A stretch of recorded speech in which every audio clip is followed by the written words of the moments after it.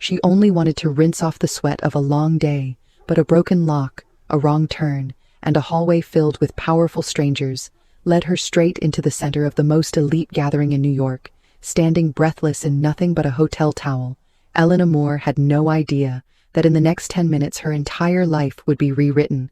The hotel lobby still echoed with the fading footsteps of guests dressed in tuxedos and gowns, their laughter muffled behind the velvet ropes of exclusivity as Elena rushed down the back corridor, barefoot, her hair still damp from the shower steam, and her arms tightly gripping the edge of the white towel wrapped around her slender body. She had only planned to freshen up quickly after preparing the penthouse suite for the night's exclusive event, but the bathroom lock jammed unexpectedly, and in her panic, she found herself exiting through the wrong door that opened straight into the ballroom. The golden chandeliers above cast warm light onto marble floors and crystal glasses. The buzz of high society vibrated around her as her presence sliced through the room like a gust of wind. Heels clicked to a halt, champagne flutes paused, mid-air, and 100 eyes turned not out of malice but of pure, stunned disbelief. Among them stood one man in tailored black, his gaze unreadable, jaw clenched and glass untouched. Marcus Blackwell, the elusive billionaire whose name alone could sway market tides and melt headlines with his silence. Now his eyes fixed not on the senators or heiresses that surrounded him, but on the trembling girl wrapped in terry cloth who had just stumbled into his world. Elena's heart pounded louder than the soft classical music echoing through the speakers. She had no voice, no words, just the raw truth of being seen, stripped of armor, status, or preparation, vulnerable in every way. Yet, she didn't run. She froze instead, held in place not just by fear but by something in Marcus's gaze that felt strangely safe, like recognition, like a whisper from a different life. He lifted one hand calmly and spoke, not to her, but to the room. "This is Elena, my guest for the evening." His voice was low, steady, final. Gasps rolled through the crowd as waiters resumed motion and conversations restarted, more cautious now, but Elena could barely hear. Over the blood rushing in her ears, a security guard approached quietly, offering a robe, and Marcus nodded before stepping toward her himself, his presence taller than she imagined, more grounded. He reached out, but didn't touch. Simply offered his suit jacket without a word. She took it, slipping her arms into the expensive fabric and whispering, "Thank you," though she barely managed the sound. He leaned closer then, his voice a soft shield against the room. "I figured you'd prefer walking out with dignity than hiding behind guards." She nodded, unsure of everything except that his eyes weren't mocking her. They were studying her, not for what she looked like, but for why she was here. That night she did not sleep, not because of the embarrassment which should have consumed her, but because something about Marcus's gaze lingered in her mind, and not even shame could erase it from her memory. A man who had the world at his feet had chosen to protect her instead of ridicule her, and in doing so had planted a question in her chest, one that pulsed louder than her regret. What does someone like him see in someone like me? She did not know that her fate had already begun to bend like a flame meeting wind, and by morning nothing would be the same again. Elena Moore had grown up learning how to blend into the background, raised by her grandmother in a quiet corner of Brooklyn. After her mother vanished without a trace when she was only 7, she had learned to survive with silence and small dreams. Now 22. Elena worked as a housekeeper at the Rosemont Grand Hotel, the most exclusive 5-star hotel on Manhattan's Upper East Side. It was a place where the rich played games behind velvet curtains, and girls like her disappeared into service corridors with laundry carts and name tags. Despite her modest life, Elena carried herself with a quiet grace that some mistook for aloofness, but it was just caution learned from watching the world reward cruelty and punish kindness.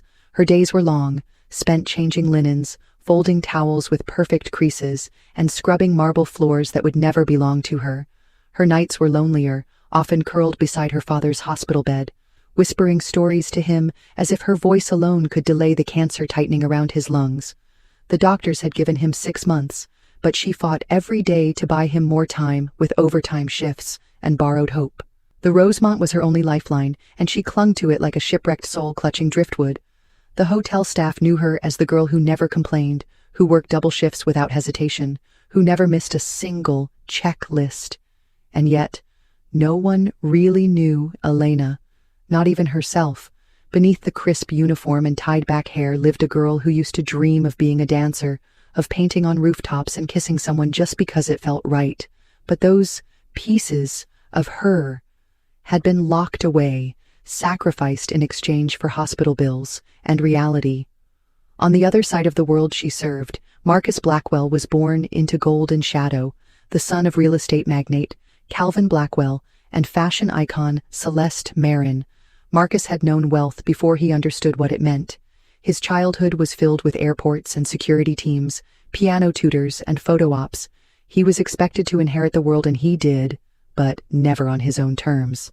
After a scandal rocked the Blackwell empire when he was 19, Marcus took over the company prematurely, turning it into a technology and investment giant, leaving behind fashion runways and family headlines. He had a reputation for being cold, impossible to reach, and yet undeniably magnetic.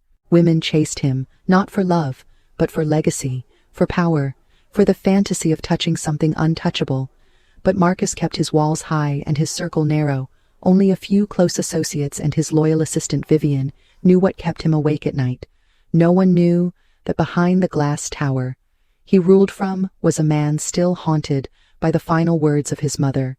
Before she died in a plane crash, she had told him that love was the only currency that never devalued, and yet Marcus had never spent it, never trusted it, until the girl in the towel stumbled into his ballroom. The night after the party, Elena sat in her shared apartment, unable to sleep, her mind replaying the moment Marcus had shielded her. She had expected to be fired, maybe even sued, but instead she was summoned to the penthouse the next morning. Nerves twisted in her stomach as she pressed the elevator button, heart thudding against her ribs. When the doors opened, Marcus stood there alone. No lawyers, no cameras, just him in a soft gray sweater and bare feet. He gestured for her to come in, and against all logic, she did. The room smelled like coffee and rain, sunlight spilling across the sleek wood floor. She stood frozen while he poured 2 cups and handed one to her, his voice calm and low.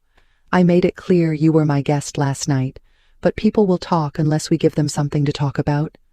Her brows furrowed as she asked what that meant, and then came the sentence that knocked the air from her lungs. "Let's make it official. Be my girlfriend. For 3 months, public only. A contract."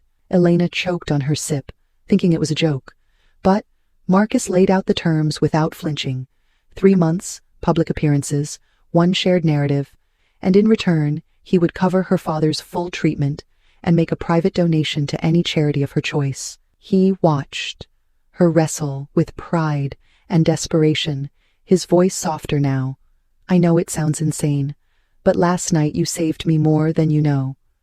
Elena stared at him, the man who had every reason to ignore her, yet stood offering something more dangerous than money, a deal that came with invisible strings tied not to wealth, but to herself. It wasn't about pretending to be his girlfriend. It was about letting herself be seen, really seen. For the first time in years, she said yes, not out of hope, but necessity, and as she signed her name on the contract, her fingers trembled, not from fear, but from the sense that nothing in her life would ever be small again. The days that followed felt like walking on glass. Elena found herself thrust into a world where her footsteps echoed against marble floors, and every glance felt measured and weighted. Marcus introduced her to the world as his partner at a gala for tech innovation 3 days after their agreement, and in that room filled with camera flashes, wine glasses, and whispered gossip, she stood beside him, wearing a rented gown that hugged her body like borrowed confidence. Marcus didn't touch her unnecessarily, didn't lean in for staged affection, yet the way his hand hovered just close enough to hers, the way his voice dropped slightly when he spoke only to her, made her feel like she was drowning in a warmth she couldn't afford. They practiced their story, how they met, how it was instant, a spark at a hotel bar, a shared joke, a late-night walk. They rehearsed smiles and glances in front of the mirror in his penthouse, which had now become a space she visited regularly, not because of the contract, but because he asked her to come, stay for dinner, watch a movie, review public schedules. Slowly those excuses blurred, and soon Elena found herself sitting cross-legged on his couch in oversized sweaters, eating takeout while Marcus reviewed merger proposals on his laptop beside her.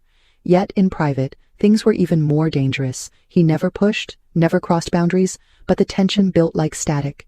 She'd feel it when he passed her a cup of tea and his fingers brushed hers, when they watched old French films and their shoulders touched in silence. It was there when she walked barefoot across the cold floors of his penthouse early one morning and saw him asleep on the couch, face softened in sleep, breathing steady, hand still holding the last page of a book he'd fallen asleep reading. She didn't know when she began to crave those quiet moments more than anything else. Maybe it was the way he looked at her like she wasn't out of place, or how he remembered her father's checkup dates and texted her, after each one asking how it went. Maybe it was how he had a playlist of Nina Simone and Sam Cooke that played in the background while they worked in silence, or how he once told her she made the silence less heavy. But feelings weren't in the contract, and Elena reminded herself of that every day. She reminded herself that his world was titanium and hers was cotton. He had elevators with security codes, and she had a key that stuck in the lock. He had headlines and influence, and she had a hospital bill taped to her fridge. She didn't belong in his world, and yet she didn't feel like a guest anymore. The more time they spent together, the harder it was to separate the act from reality. The media attention grew as their appearances multiplied. Tabloids speculated about her background. Influencers tried to uncover her past. Someone even leaked a photo of her childhood home. And Elena felt the walls closing in. But Marcus stepped in, not just with money or lawyers, but with something deeper. When she cried in the guest room one night, overwhelmed by the invasion of her privacy, he sat beside her silently, didn't ask her to stop, didn't try to fix it. He just let her lean against him until her sobs turned into breathing. He told her about his mother, how she taught him that people often weaponize curiosity when they can't control a narrative. He promised her they would weather it together, but what scared Elena more than the press was how easy it was to believe him, to lean into that sense of safety, of belonging. Then came the moment that shifted everything. They were attending a charity ball hosted by one of Marcus's investors. She wore a deep blue dress with a low back, and he, in a midnight suit with no tie, looked like he belonged in every painting ever made of men who ruled cities. They danced, barely speaking, just moving in rhythm while chandeliers sparkled above them, and when the music slowed, he whispered something into her ear that she couldn't forget. He said, "Sometimes I forget it's not real." Elena didn't answer. She couldn't, because her heart had been saying the same thing for days. That night, they returned to the penthouse, and for the first time, Elena didn't go to the guest room. Instead, she stood by the window overlooking the city lights, barefoot in his jacket, while he poured 2 glasses of wine and turned on Nina Simone. They talked about the charity, about their pasts, about nothing and everything, and when she leaned into him, he didn't move away. His hand rested lightly on her back, and when she looked up, their lips were so close, it felt like gravity did the rest. The kiss wasn't staged, wasn't practiced. It was quiet and unsure, but real, and when they pulled apart, neither said a word, because words couldn't undo what their hearts already knew. They slept in the same bed that night, but nothing happened beyond the sharing of breath and warmth and the stillness of 2 people, scared of what they'd started. From then on, things changed, subtly at first. He'd touch her lower back as they walked through crowds. She'd reach for his hand when she felt nervous. He'd leave notes on the kitchen counter when he had early meetings, and she'd make him tea before bed. These weren't in the contract, but they became the rules they followed anyway. And yet, the deeper they fell, the louder the clock ticked. 3 months had never felt so short. And Elena felt the dread settle like winter on her chest. She didn't know what Marcus wanted beyond the contract, and she was too afraid to ask. Afraid that if she reached for more, she'd lose everything, including the version of herself that he made her believe in. But things couldn't stay simple, not in Marcus's world. And when his ex-fiancée Amelia returned from Europe and photos of them from the past surfaced in the media, it was as if the world tilted. Amelia was perfect, statuesque, a model-turned-philanthropist. The press called her Marcus's true match, and suddenly Elena's presence beside him looked like a fantasy again. She asked him if he still had feelings for Amelia, and Marcus didn't answer immediately. Instead, he said, "I never loved her the way I look at you." But that wasn't an answer, and the silence that followed began to widen between them. To make things worse, the board of Blackwell Industries began questioning Marcus's focus, citing distraction and public drama. Elena felt like she was undoing the stability he'd built, and guilt poisoned her joy. She told him one night that maybe it was time to end the contract early, that maybe she had served her part, and now it was better for them both to return to their lanes. Marcus stared at her, pain evident in his eyes, and he whispered, "Is that what you want?" She couldn't answer because her heart was screaming no, while her fear whispered yes. So she left, packed her things while he stood silently in the doorway, not stopping her, maybe because he thought it was what she needed, maybe because he was too afraid to ask her to stay if it wasn't in the contract. And as the elevator doors closed between them, Elena knew she had just walked away from something that might never come again. Elena found herself trapped between two worlds, the world of shadows, where her father lay fighting for life, and the world glittering above, where she was expected to pretend and perform. When she arrived at the hospital that morning, her white dress uniform felt like armor. She had grown thin on purpose. It was the armor that kept her from collapsing in the face of bad news. Doctors said the cancer had spread and time was running out. She taped her trembling fingers to stop them from slipping off the ventilator button and prayed silently that Marcus would keep his promise. That evening she found him waiting in the penthouse kitchen barefoot, his presence calm, familiar, yet distant. The contract lay on the countertop, unopened. She knew what followed the routine, the rehearsals, the appearance. But tonight felt different. She looked at him, eyes damp collar, stiff from fatigue, and whispered, "I'm spiraling." He didn't blink. He reached out, took her hand, and said, "Trust me." They went together to the gallery where he had once taken her, the place now empty but filled with memory. He led her to the sculpture made of torn pages and said, "This is where you saved me." She shook her head, unable to speak, and he continued, "You rebuilt me from broken parts, and tonight I need you to know the weight of truth." He drew a deep breath, then told her he found documents linking his father's company to the buyout that destroyed her mother's small clinic. Her mother had died broken because she could not treat patients once she saved. He gave them hope, and it was stripped away in boardroom deals that Marcus's father had signed off on. He paused. Her tears fell softly as he said, "I can't change the past, but I can change what comes next. I'm giving it all up, everything I inherited, this empire, everything that ties me to his name. I'm giving it away to start over with you." She stared at him. The man who had tried to protect her from this, but now was offering to stand with it. He handed her a full envelope. Inside was a draft of resignation letter, a plan for a new foundation, focusing on community health. He said, "Let's build this together, away from the chaos, away from the headlines, away from the sins of the past." That night, Elena cried for the first time since her father fell asleep. She cried because the weight of the world she carried was seen and acknowledged. She cried because love that didn't demand payment existed. She cried because he chose to walk away from everything, to walk toward her. In the following days, Elena began visiting the clinic her mother once ran. It was closed in disrepair. But she saw possibility. She called volunteers, students, local nurses, and asked for help. Marcus emailed contractors, accountants. Somebody cut a check to reopen the doors. He refused to let anyone call it charity. He insisted it was a partnership between two people who believed in healing as love. Meanwhile, Marcus faced his family and the board. He stepped before investors, stockholders, shareholders, and read a letter announcing his resignation.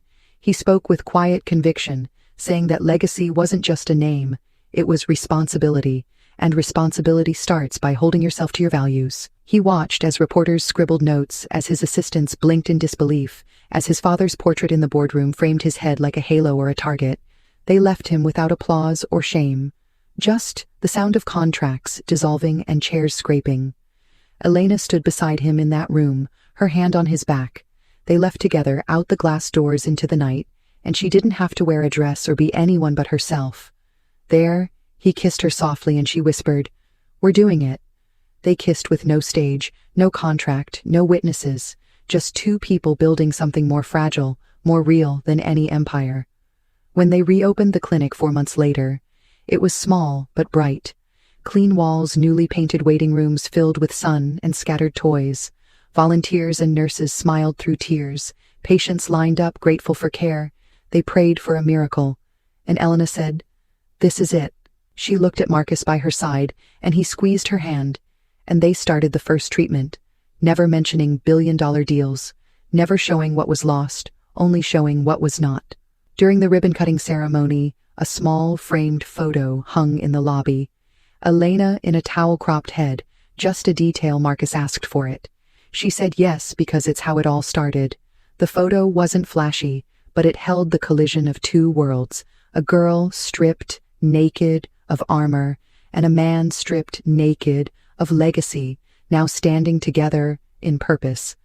They moved into a small brownstone, above a bookstore lived on second-hand furniture and thrifted rugs weekends. They sat on the porch, drinking coffee and reading stories to kids who once sat in hospital halls.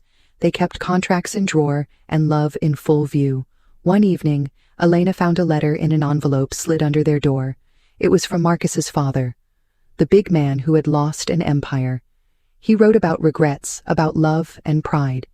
He explained his actions and apologized, leaving his entire personal fortune to the foundation they started. He wrote love never bound by blood or title. He wrote maybe you two taught me more than I taught you. Elena looked at Marcus reading aloud in the dim porch light and said we changed his fate too. He nodded and kissed her forehead. Life felt slow, like salt waves in a quiet bay, but it was full, and it was theirs. And late at night, when they lay wrapped in worn quilt, they whispered about days ahead, about new clinics, new towns, new healing. He would brush her hair, and she would trace the scars on his hands. She would smile and say, I didn't break you. You saved me without knowing it. He would say, I found myself only after I found you. They never forgot the night she crashed a CEO's party in a towel, because it rewrote their lives. It didn't start with love. It started with survival and ended with purpose. And purpose was the strongest form of love they ever knew. Elena stared at the news on her phone that morning. The headlines called it a scandal, a betrayal. The girlfriend's sudden disappearance, the billionaire stepping down for love. Her heart raced as she scrolled through the details. They hinted at court filings and boardroom battles, and all she could see was Marcus's face slumped in an empty conference room. She dropped the phone onto her unmade bed and sank beside it, the weight of their choices pressed into her lungs. He came to the clinic that afternoon, barefoot, in paint-splattered jeans, and a black t-shirt that read, Hope is action. He kissed the top of her head as she wiped sweat from her forehead together. They paused and she wrapped her arms around him, his cheek pressed to hers. She whispered, Is it worth it? And he whispered back every second. Later that evening, he led her to Blackwell Tower, a building she had never visited in weeks. The halls were quiet, except for the low hum of security scanners and distant typing. They passed modern art pieces and closed office doors, and finally stopped before a polished mahogany door with a golden nameplate. She knew what awaited behind it. The boardroom where his father waited. Marcus didn't knock, he just pushed it open and entered the room with her close behind him. The board members sat around a long table, expressions curt and faces pale. The chairman rose without greeting. Marcus cleared his throat and said, Thank you for coming. Everyone's eyes turned to Elena. She stood quietly, a stranger in a realm that had tried to control her. The chairman resumed his chair and said, We are here to discuss the future of Blackwell Industries. This company can't be run by someone distracted by charity. A man in the front row snorted and said, Would you interrupt God's legacy for a girl who barely had a home? Marcus stepped forward, his voice sure, and even that girl built every hospital bed and clinic room. She squeezed his hand in the gallery. She held his hand at the ribbon-cutting ceremony. She is not a distraction. She is the reason I want to change what this company stands for. He turned to the chairman and said, I am resigning effective, immediately. And I am donating my holdings and my shares to the foundation, Elena's Foundation for Health and Hope. He spread his arms slightly. There is your future and there is mine. One built on healing, not profit. Gasps echoed across the room. The chairman's face twisted in anger and disbelief. He started to shout. His words fell flat against Marcus's calm voice. He laid out the story of Elena's mother, the closed clinic, the buyer's betrayal. He recounted board minutes showing his father's hand in the takeover that killed lives. He explained how he had discovered the documents only after she left him. He said, This foundation is their future, and his apology in action. He ended by saying, I won't build an empire on broken lives, and I hope You understand." Silence filled the room as the board swiveled in their chairs one by one. They nodded, some with resignation, some with resolve. The chairman looked at Elena, her tear-stained face framed by hair falling loose. He cleared his throat and said, "The resignation is accepted, and the foundation will receive the shares. Congratulations, Dr. Moore." The title echoed, "Wrong yet. Right, she is not a CEO." Her title wasn't official yet. But in that room, in that moment, she became something else. Marcus reached for her hand and guided her out into the hallway, away from stares and whispers. He pressed her forehead and said, "You are everything." He didn't need to add more, because she understood with powerful clarity that the sacrifice was mutual. He took less so she could have more, and in that act they had rewritten not just their futures, but their pasts as well. As they left the tower together, his assistants burst forward with flowers and cameras, but Marcus held Elena close. He whispered, "Let's go home."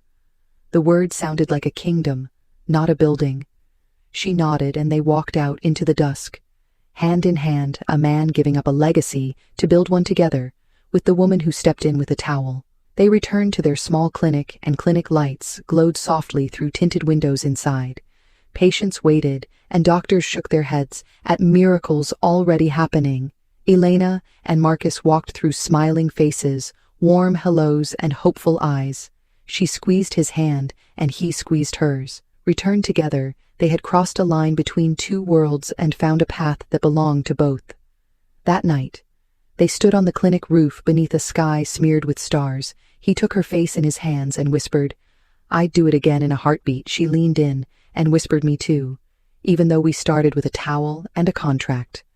This is where we belonged."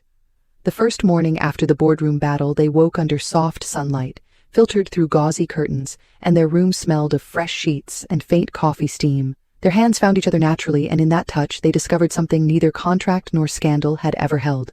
They spoke without words, tracing the lines of a future born from courage. He kissed her forehead and she whispered, "Let's keep building."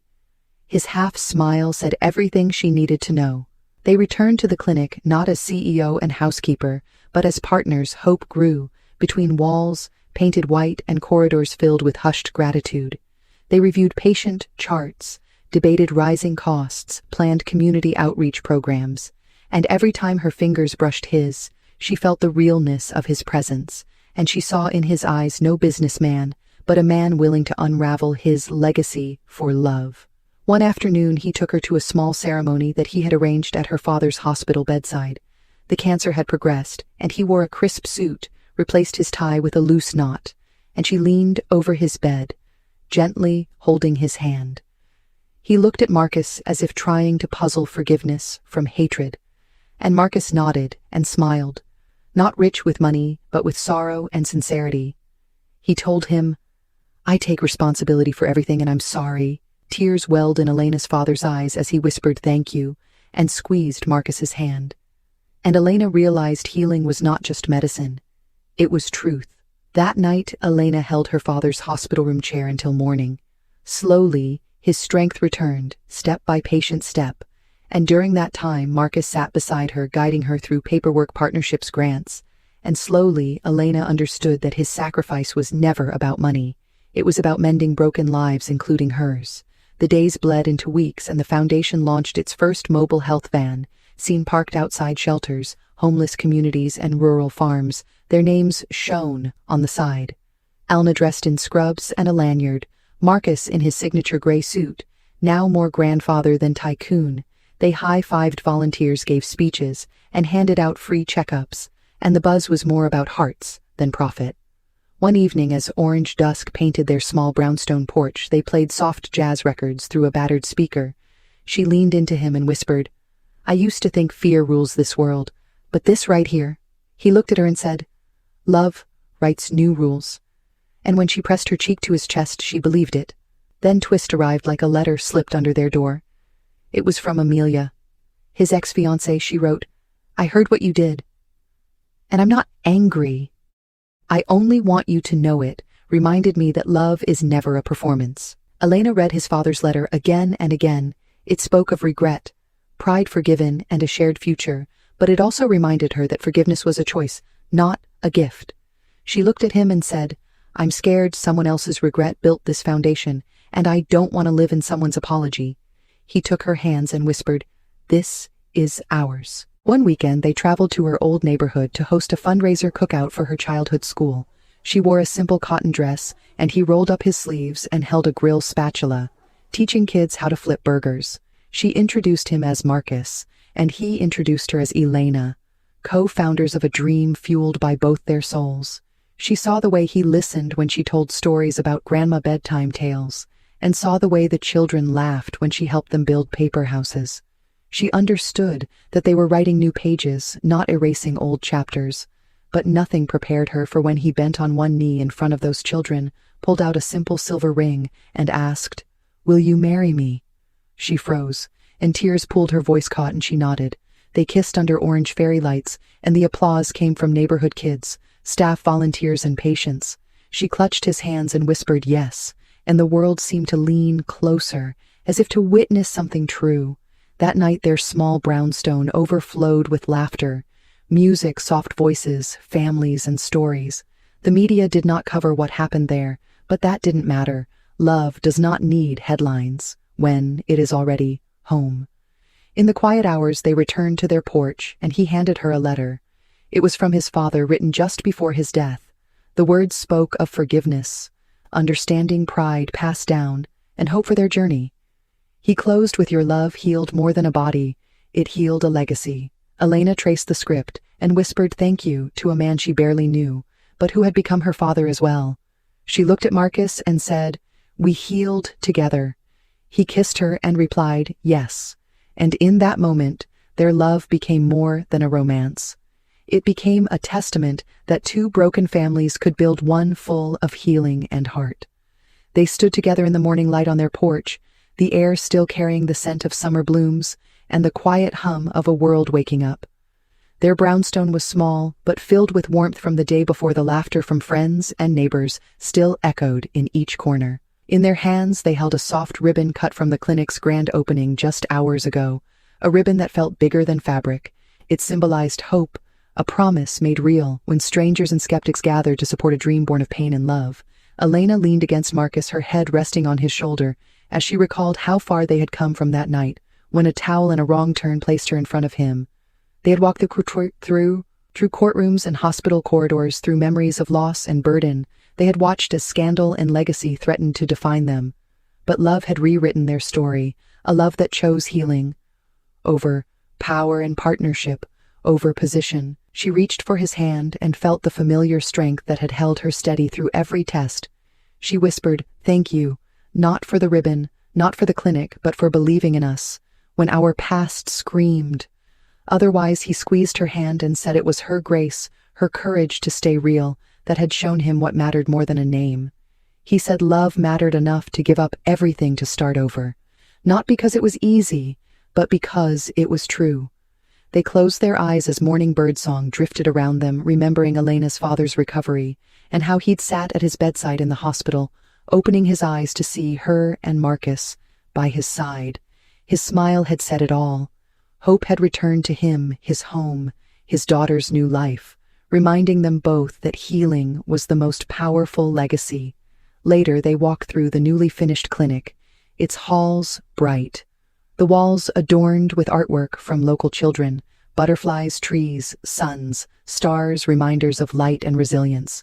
Patients greeted them with gratitude, volunteers waved hugs, brought tears of joy. They stood at the back of a small therapy room, where Elena had insisted they start the community art project. She quoted softly, "Love isn't a luxury, it's a cure," and the people there had nodded because they felt it. When the evening came, they held hands at the edge of the shore, salt breeze gentle beneath a sky full of distant lights across the water. Marcus pulled a small frame from his pocket. Inside was the photograph of Elena in a towel, standing at a ballroom door where everything began. The photo had been quietly placed in a golden frame to hang above the clinic ribbon. He told her that photo reminded him that love doesn't arrive with fanfare. It often stumbles in by chance, but when you choose it, it becomes everything. She smiled and said, "It reminds me that bravery isn't the absence of fear. It's showing up even when you feel most exposed, even naked and uncertain." They laced their fingers and let the tide carry their promise. Their love story began in a moment of error and vulnerability. It deepened through truth, sacrifice, forgiveness, and purpose. They had built a life together, not on contracts or titles, but on commitment and authenticity. And in a world built on illusions, they chose to write a story grounded in care and compassion.